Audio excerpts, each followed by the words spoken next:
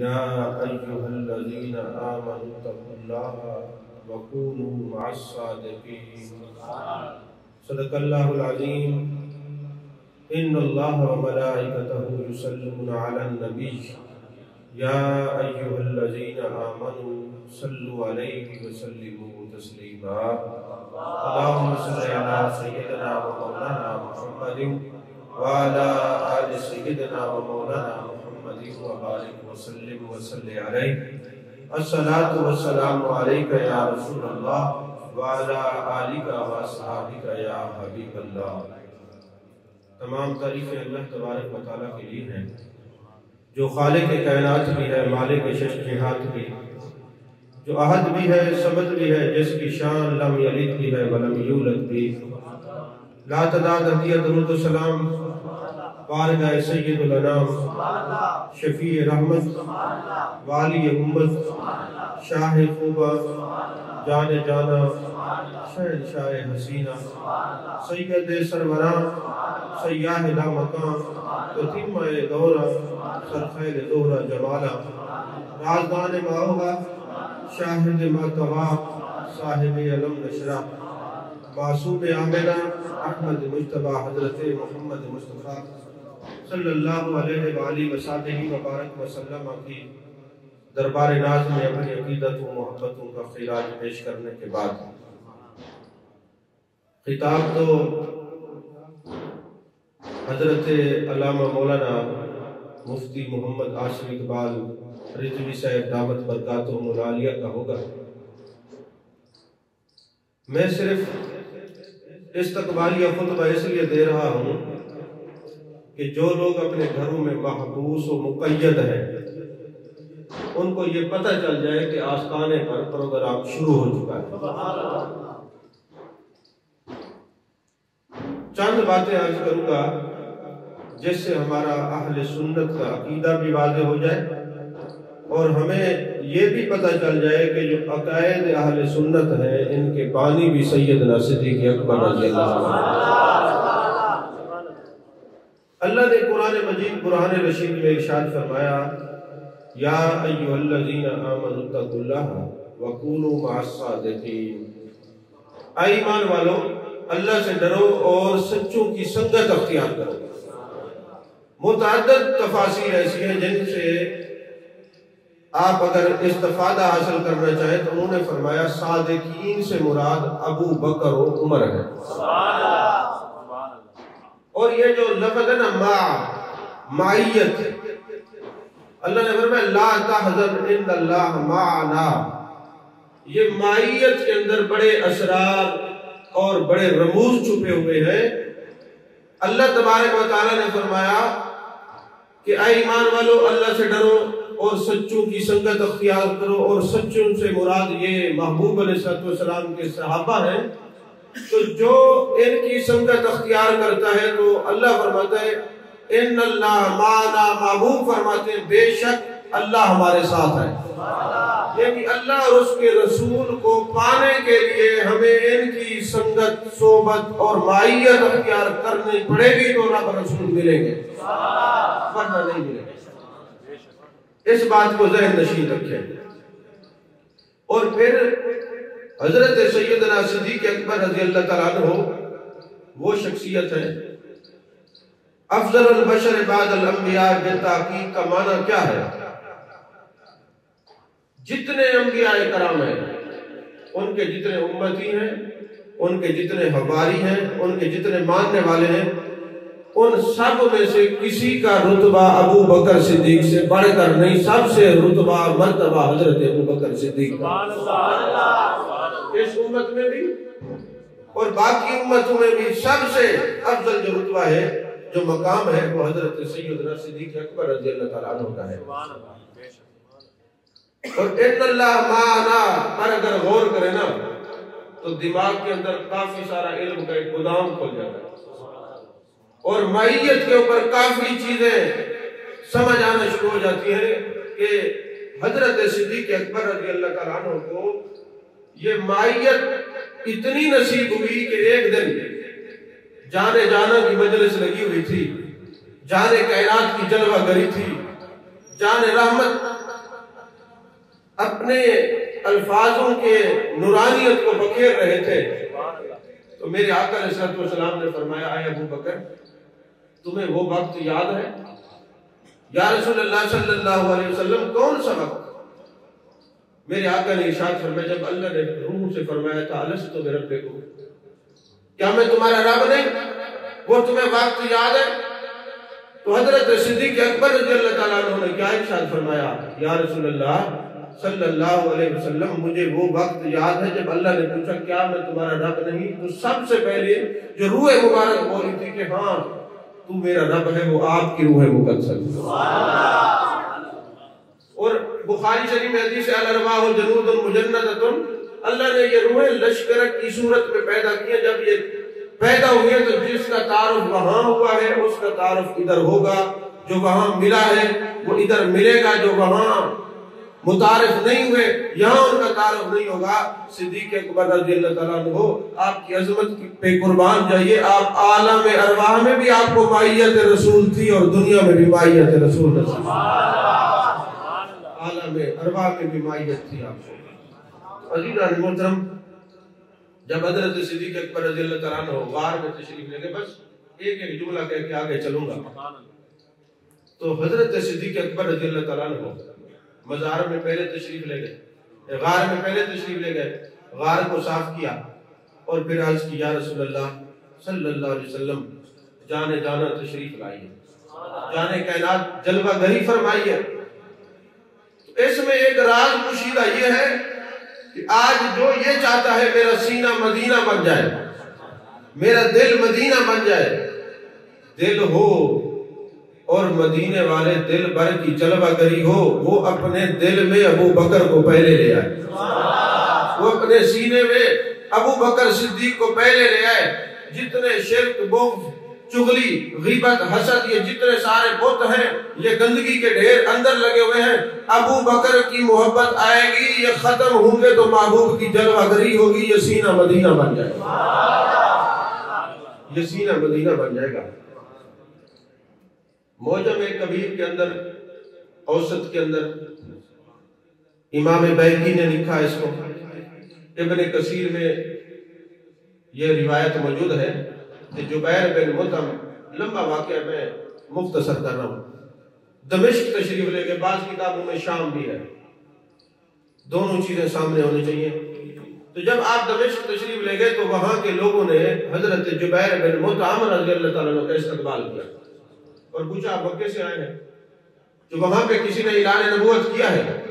تو ایک راہب نے کہا کہ مجھے مکے کا حال سنا، انہوں نے بتایا کہ وہاں محمد بن عبداللہ، محمد الرسول اللہ صلی اللہ علیہ وسلم نے اعلان نبوت کیا ہے۔ اس نے کہا میرے پاس چلیے، میرے گھر میں انبیاء کی تصاویر موجود ہیں، پہچان کے بتائیے ان میں امام الانبیاء کون ہے۔ ابھی میں یہ نہیں بتاؤں گا کہ یہ تصاویر کہاں سے آئی ہے، یہ بعد میں انشاءاللہ بتاؤں گا کبھی۔ تو وہ تصاویر موجود تھی۔ حضرت جبیر کہتے میں دیکھتا رہا، مجھے جانے جانا کی شبی مبارک نظر نہ آئی۔ ایک کمرے میں، دوسرے میں، تیسرے میں گیا تو میں نے دیکھا کہ ساری تصاویر کے اندر حسن جانا کی شبی نورانیت بکھیر رہی تھی، آپ کے چہرے مقدسہ پر انوار و تجلیات کی بارش تھی۔ تو میں نے دیکھا کہ سیدنا صدیق اکبر رضی اللہ تعالیٰ عنہ نے آپ کے قدموں کو چھوا ہوا ہے اور ایک روایت میں آپ کے گھٹنے کو پکڑا ہوا ہے، دونوں روایات میں ہے۔ تو میں چونکہ جانتا تھا کہ حضرت صدیق اکبر رضی اللہ تعالیٰ عنہ ہے، میں نے راہب کا امتحان لینے کے لیے پوچھا کہ جناب یہ تو جانے جانا ہے، یہ تو جانے کائنات ہے، یہ تو وجہ تخلیق کائنات ہے صلی اللہ علیہ وسلم، یہ کون ہے؟ انہوں نے کہا یہ ابو بکر صدیق ہیں، یہ محبوب کے جانشین ہوں گے، یہ محبوب کے خلیفہ ہوں گے۔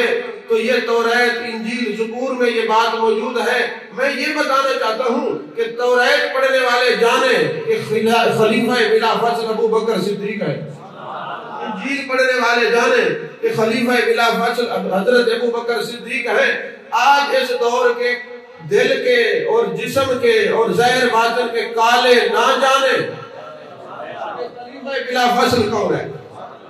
اس کا مطلب یہ ہوا کہ تم تم ان سے بھی گئے گزرے ہو.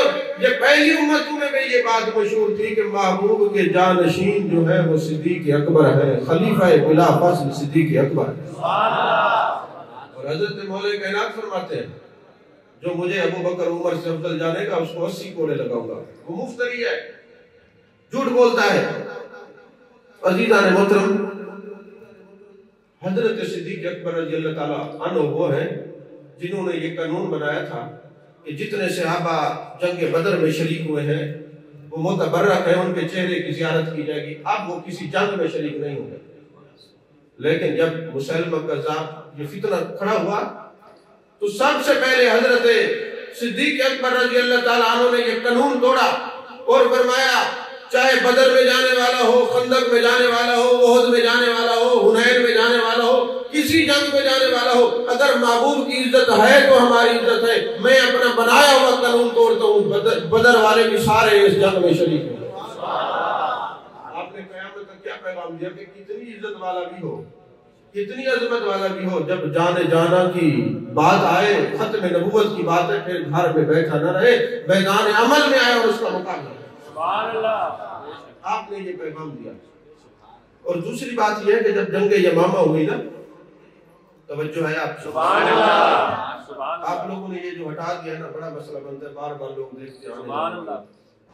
یہ گاڑیاں باہر پار کرو، اندر کوئی گاڑی نہ آئے، کیونکہ گاڑی آپ لوگوں نے کبھی دیکھی نہیں ہے، پتہ چل جائے کون سی گاڑی ہے. تو توجہ ادھر میری طرف رکھیں. سبحان اللہ. یہ موبائل بھی اپنے بند کرتے ہیں، جس نے گفتگو کرنی ہے باہر جا کے کرے. یہ صدیق اکبر کے ذکر کی محفل ہے، ہم ہدیہ تبریک پیش کرنے کے لیے بیٹھے. باتیں کرنی ہے تو باہر جا کے کر لیں، یہاں پہ صرف آپ کا ذکر سنا. حضرت صدیق اکبر رضی اللہ تعالیٰ عنہ کی بات کر رہے ہیں. تو جب جنگ یمامہ ہوئی، اب یہ جو جنگ کرنے والے محبوب کی فوج گئی ہوئی تھی، صدیق اکبر کی فوج گئی ہوئی تھی. پہلے جب جنگیں ہوتی تھی تو ایک نعرہ لگتا تھا، مسلمان کہتے نعرہ تکبیر اللہ اکبر، وہ بتوں کے نام کا نعرہ لگاتے.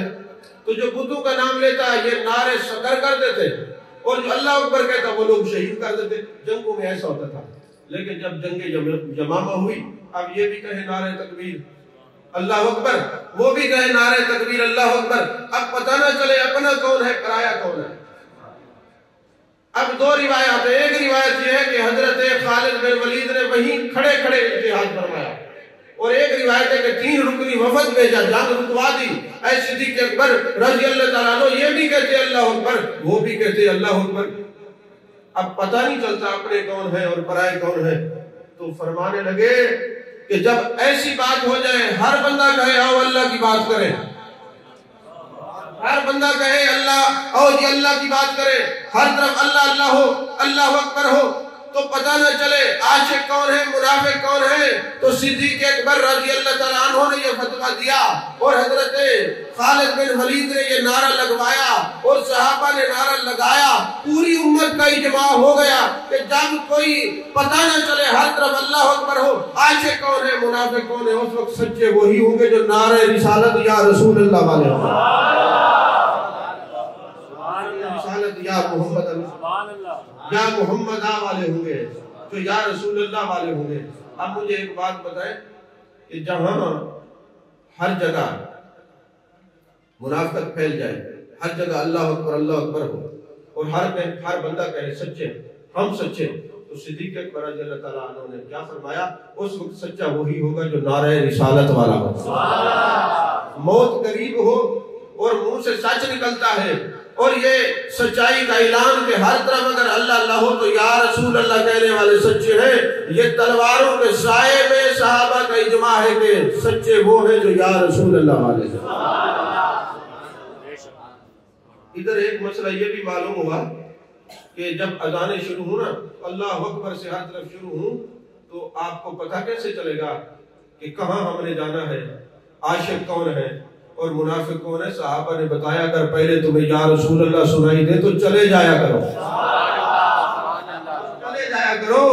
یہ صحابہ کا اجماع ہے کہ ہر طرف جب دورہ ہو ہر بندہ کہتا ہے چلیے صاحب آئیے ذرا مسجد میں یا سائڈ میں چلیے اللہ کی بات کرنی ہے. اس وقت سچے وہی ہوں گے جو یا رسول اللہ والے. سمجھ میں آ رہی ہے؟ عزیزان محترم، امام قصائی نے قصص الانبیاء میں ایک بات لکھی ہے. اگلے دن میں مفتی صاحب سے بھی یہ ڈسکس کر رہا تھا، ہم بڑے معذور ہو رہے تھے کہ جب نوح علیہ السلام نے اپنی کشتی بنائی نا تو اس کو کیڑے لگ گئے. انہوں نے اللہ کی بارگاہ میں عرض کی میرے مالک کشتی میں کیڑے پڑ گئے ہیں، دیمک لگ گئی ہے، وہ لکڑی گلنے لگ گئی ہے. اللہ نے فرمایا میری مخلوق کے اکابرین کے نام لکھو، دیمک نہیں لگے گی. باری تعالیٰ تیری مخلوق کے اکابرین کون ہے؟ فرمایا ابو بکر ہو، عمر ہو، عثمان ہو، علی. حضرت نوح علیہ السلام نے لکھا پھر دیمک نہیں لگی. تو میں کہتا ہوں اگر لکڑی کے اوپر نوح علیہ السلام کی کشتی کے اوپر ان کے نام آ جائیں تو کیڑے نہیں لگتے، تو اگر کسی عاشق کے دل پر ان چاروں صحابہ کے نام آ جائے قبر میں اس کو بھی کیڑے نہیں پڑتے. اس کا جسم سلامت رہتا ہے، اس کا جسم سلامت رہتا ہے. عزیزان محترم، جب حضرت سیدنا صدیق اکبر رضی اللہ تعالیٰ عنہ کا وصال ہوا، آخری بات،